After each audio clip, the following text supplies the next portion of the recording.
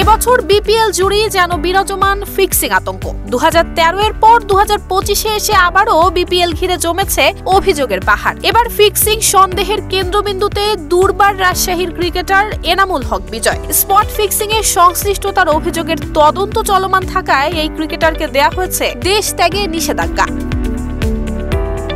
চলতি বিপিএল এর শুরুর দিক থেকেই রাজশাহীর কিছু ম্যাচ নিয়ে সন্দেহ দানা বাঁধতে থাকে। বিশেষ করে এনামুল হকের কিছু পারফরমেন্স নিয়ে ওঠে নানান প্রশ্ন। বিসিবির দুর্নীতি দমন ইউনিট বিষয়টিকে গুরুত্ব দিয়ে তদন্ত শুরু করলে একাধিক ক্রিকেটারের নাম সামনে আসে। যদিও এখনো কোনো অভিযোগ প্রমাণিত হয়নি, তবে বিসিবির দুর্নীতি দমন বিভাগ সতর্কতামূলকভাবে বিজয়ের বিদেশ যাত্রায় নিষেধাজ্ঞা আরোপ করেছে। কেউ না বুঝলেও আমরা আপনার প্রয়োজন বুঝি, আর তাই তো অত্যাধুনিক ফিচার সম্বলিত বিভিন্ন সাইজ আর কালারের 250-টিরও বেশি ডিজাইন অপশন নিয়ে ওয়ালটন স্মার্ট ফ্রিজ বোঝে আপনার প্রয়োজন।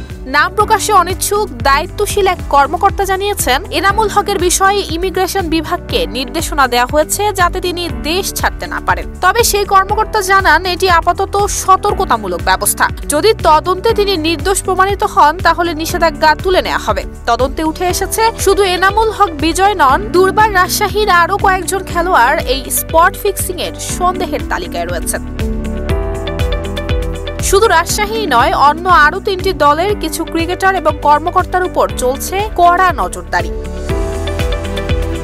এবছর টুর্নামেন্টের একাধিক ম্যাচ সন্দেহজনক হিসেবে চিহ্নিত হয়েছে, যেখানে 10 ক্রিকেটার এবং 4টি ফ্রাঞ্চাইজির বিরুদ্ধে তদন্ত চলছে। এই প্রেক্ষাপটে বাংলাদেশের বিসিবি সভাপতি ফারুক আহমেদ স্পষ্ট ভাষায় জানিয়ে দিয়েছেন, দোষীদের কঠোর শাস্তি দেওয়া হবে। বিসিবির দুর্নীতি দমন ইউনিট গোপন তথ্য এবং গণমাধ্যমের প্রতিবেদন বিশ্লেষণ করে বিপিএল এর অন্তত 8টি ম্যাচকে সন্দেহজনক হিসেবে চিহ্নিত করেছে।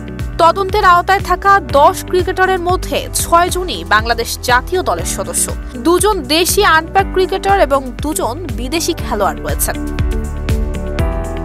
বিপিএল এ ফিক্সিং নতুন কোনো ঘটনা নয়। 2012 সালে লিগের যাত্রা শুরুর পর থেকেই ফিক্সিং বিতর্ক যেন পিছু ছাড়ছে না। 2013 সালের আসরে বাংলাদেশের সাবেক অধিনায়ক মোহাম্মদ আশরাফুল স্পট ফিক্সিং এবং ম্যাচ ফিক্সিং এর সঙ্গে জড়িত থাকায় 8 বছরের জন্য নিষিদ্ধ হয়েছিলেন, যদিও 3 বছর নিষেধাজ্ঞা স্থগিত করা হয়েছিল। এই ঘটনার জেরে 2014 সালে বিপিএল এর এক আসর পিছিয়ে দিতে বাধ্য হয় বিসিবি। বর্তমানে তদন্তের ফল কি দাঁড়ায় তা নিয়ে দর্শক এবং ক্রিকেট বিশ্লেষকদের মধ্যে ব্যাপক আগ্রহ তৈরি হয়েছে।